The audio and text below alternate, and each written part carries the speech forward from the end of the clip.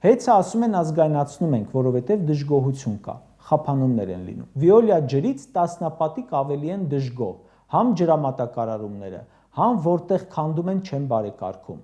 Ամռանը ջուրը նորմալ չի հասնում, բա ինչի ջուրը չեք ազգայնացնում։ Թե վախենում եք դրանից հետո Մակրոնը էլ Նիկոլին չփաթաթվի։ Բա Որոտանի կասկադը ինչի չեք ազգայնացնում։ Ամերիկացիից եք վախենում, վախենում եք էլ ձեզ ժողովրդավար չճանաչեն, Ռուսաստանից չեք վախենում, Ֆրանսիայից ու Ամերիկայից վախենում եք։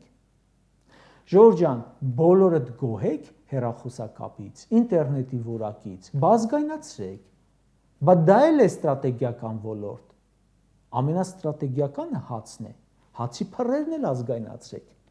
Այդքանն էլ ազգայնացնելուց հետո էլ պետք է խնդրեմ ազգայնացնեք 2018 թվականից այս կողմ ՔՊԱ-կանների դիզած միլիարդները։ Մի հրաշքով հեղափոխությունից հետո ՔՊ-ի ամենաաղքատ դեմքերից մեկը 7 հատ անշարժ գույք է առել։ ՔՊԱ-կան падգամավորները քիչ չեն, որ 7 տարում 2 եւ ավելի տներ են առել։ Չեք ազգայնացնում։ Հələ դա մենակ հայտարարագրերում նշածն է,